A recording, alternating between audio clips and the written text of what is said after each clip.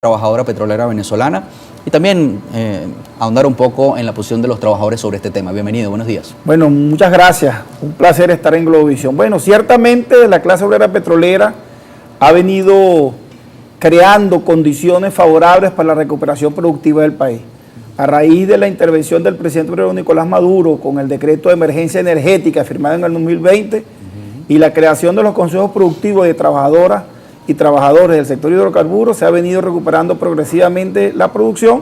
Sin embargo, nosotros estamos convencidos que la industria petrolera, a través de ese decreto de emergencia energética, debe transformarse, debe convertirse en una empresa para el pueblo y por el pueblo, una empresa que transforme inclusive su razón social y la concepción como fue creada en el año 76.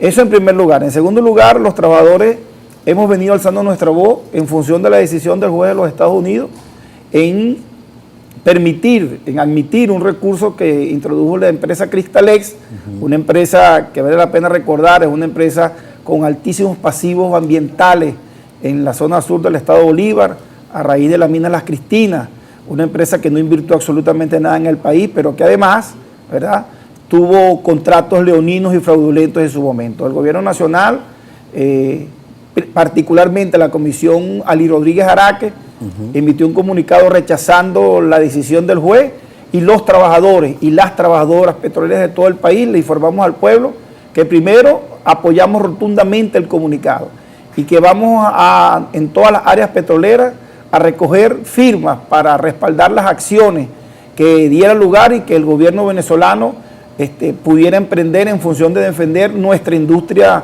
petrolera, nuestro sistema refinador internacional, que es en este caso CICO, ya que es propiedad del pueblo venezolano y así debe ser. Todo eso, ¿en dónde nace? Nace, bueno, en la pretensión de un gobierno ilegítimo, ilegal e inconstitucional que no existe, del exdiputado Juan Guaidó, que creó una comisión ad hoc que dirige la industria petrolera.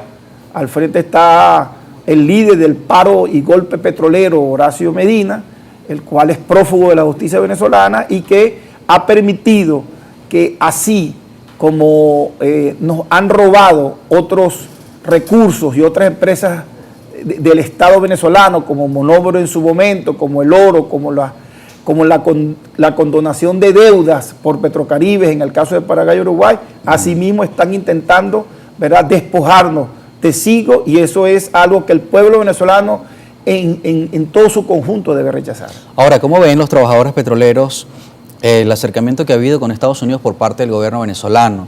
Y se habla de un posible fin del reconocimiento del gobierno interino, como se ha denominado esa, digamos, avanzada por parte del exdiputado Juan Guaidó. ¿Esto podría traer beneficios para la industria petrolera venezolana y con ello para sus trabajadores? Bueno, recientemente hemos visto como el gobierno de los Estados Unidos continúa con sus agresiones. Por ejemplo, está sancionando el béisbol venezolano. Una cosa increíble, para evitar que una liga profesional de béisbol, que además es semillero de una gran cantidad de jugadores de las grandes ligas, no participe en el béisbol profesional. Eso debemos condenarlo como pueblo venezolano. Nosotros como trabajadores petroleros estamos convencidos que las sanciones de bloqueo fueron creadas con el objeto de colapsar nuestra industria petrolera. El embajador William Bromfield lo dijo abiertamente en un programa, en un canal internacional. Sí. Vamos a sancionar la principal industria petrolera del país para colapsar la economía de la patria. Por supuesto, cuando los Estados Unidos, la Comunidad Europea, se empatan en el sueño, en el país de las maravillas, en el gobierno del país de las maravillas, en el gobierno interino, ilegal, ilegítimo, inconstitucional del exdiputado Juan Guaidó, eso trajo como consecuencia a la industria petrolera, una industria diseñada por tecnología norteamericana y europea. Al evitar que nosotros tengamos acceso a piezas, partes, repuestos, al evitar que nosotros tengamos una libre comercialización de nuestros productos, al evitar que nosotros podamos participar en el sistema financiero mundial como cualquier país del mundo, por supuesto eso trae consecuencias en la industria petrolera. Mira, hace 2 años, en plena crisis de la pandemia, en plena caída de los precios del petróleo y los precios y de la del consumo del combustible, se generó en toda la industria petrolera del mundo una crisis. Más de 7 millones de empleos asociados a la industria petrolera mundial fueron despedidos. Petróleos de Venezuela no despidió a un solo trabajador.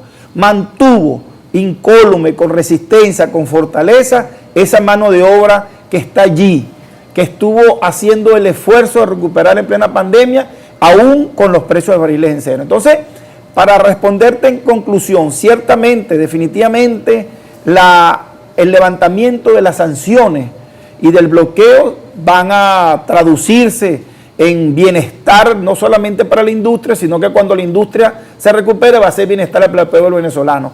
Porque la intención de esas sanciones y de ese bloqueo era colapsar la economía. ¿Cómo? Y sobre un gobierno que no existe, bueno, tendrá que el gobierno de los Estados Unidos ver qué hace con su gobierno de Alicia del País de las Maravillas.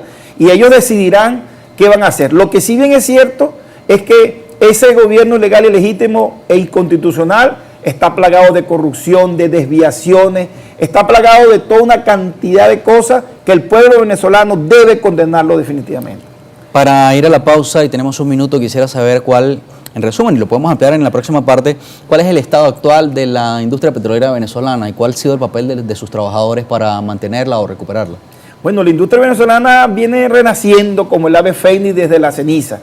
Debemos recordar que durante 11 años de la gestión nefasta, criminal y traidora del expresidente y exministro de PDVSA, que no vale la pena ni nombrarlo, bueno, hubo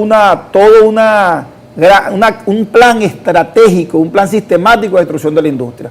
Como te decía al principio de la entrevista, en el 2020 el presidente gobierno Nicolás Maduro intervino en la industria y los trabajadores, con su concurso, con su inventiva, con su ciencia, con su tecnología y con su compromiso, estamos progresivamente levantando la industria petrolera en cuanto a lo técnico. Sin embargo, consideramos que este es el momento oportuno para saldar una deuda con el pueblo venezolano y es transformar la industria y ponerla verdaderamente al servicio del pueblo venezolano, ponerla verdaderamente al servicio de sus trabajadores y ponerla verdaderamente al servicio de la patria. Tenemos que hacer una pausa, pero me gustaría hablar al regreso de la pausa, cuáles son esas áreas operativas que tiene PDVSA en este momento y qué haría falta, digamos, para potenciarla, como en otro tiempo fue la gran industria petrolera venezolana, no solo para nuestro país, sino frente al mundo. Me acompaña en entrevista Manuel Páez, miembro